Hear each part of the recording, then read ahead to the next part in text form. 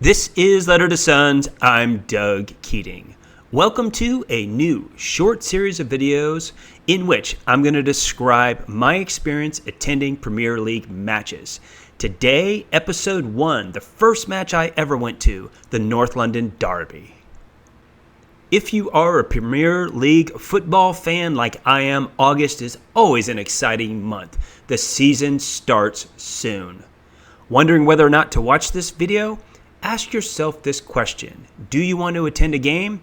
If you live in the States, this video is going to be perfect for you. If you live in the US and want to attend a Premier League match, it can seem challenging, practically daunting, particularly because you need to get across the pond and back. In this video, I'm going to talk about one approach. I believe it is possible to attend a Premier League match over a long weekend. I'll go into more details in a second. You heard me right. I believe it is not overly challenging to attend a Premier League game on a long weekend if you live on the East Coast of the United States. Middle of the country, it's going to be more challenging. If you're on the West Coast, I doubt you can do it on a long weekend unless you're an experienced traveler and can get over jet lag lickety-split. Before you get too excited and say, let's do this, here is one reality check for you. Going to a Premier League game is not cheap for a US-based fan. 3 major costs you're going to have to deal with. 1, the flights to the UK. 2, hotels once you get there. And 3, tickets to the soccer game. Just like many professional sports in the US, tickets are not cheap. In this video, I'm not going to talk about how to reduce cost for these, other than to say I would use points as much as possible for flights and hotel, and I will give a few pointers when it comes to tickets. Let's dive into details from my first trip over to the UK to attend a Premier League match.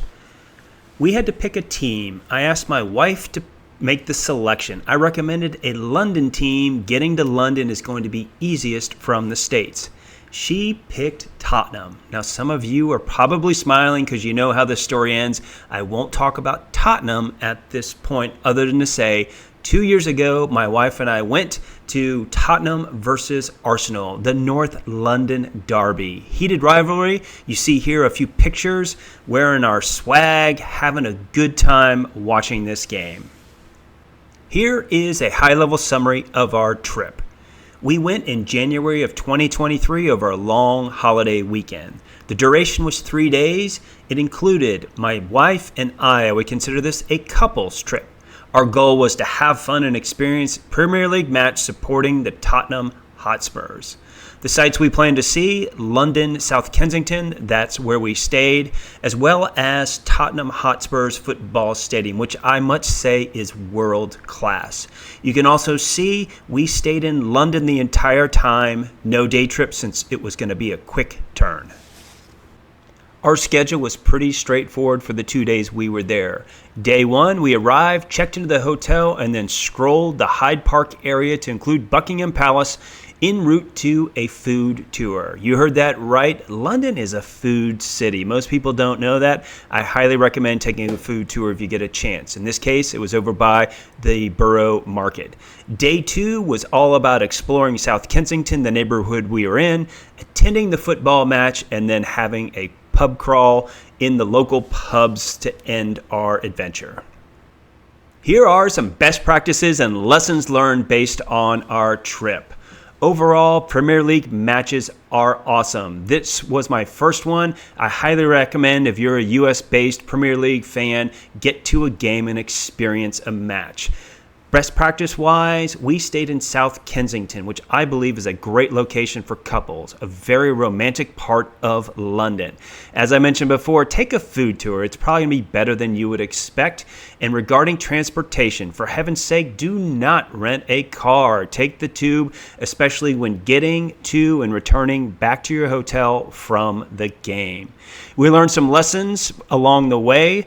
North London Derby is intense. Tottenham and Arsenal do not like each other. That is for sure. We got to hear all kinds of colorful language as the fan bases sang back and forth, telling each other how awful they were. We went for 2 nights, 3 days. It's a pretty quick turn. I will mention both Kim and I have been to London before, so we felt like we didn't need to spend time seeing the sights. If it's your first time in London, you're going to want to spend some more time. Tickets, I bought them through reseller and they were pricey. Yes, it was a derby, which I expected to pay more. However, it was more than I expected, especially given the fact we were in the nosebleed section. Regarding weather, London's always dicey. January in particular, you can see from this picture, we tested our rain gear almost the entire time we were there. And I'll finish by saying my wife picked Tottenham, and they're a tough team to support. In fact, after the season was done, I let my wife know I don't hate myself to remain a Tottenham fan for the rest of my life. Bottom line, we had an awesome time. London, we will be back for another match. I'll finish with one caveat, and that is I would not take young kids to a Premier League match. One specific reason, there is a lot of cussing and fussing among the fans. Unless you want to explain to your kids what a fucking wanker is, don't take them to a match. It is just part of the culture. Well, there you have it. If you're thinking about going to a Premier League match, I highly encourage you to. And in this video, I've described one approach, which is going over a long weekend to a match in London.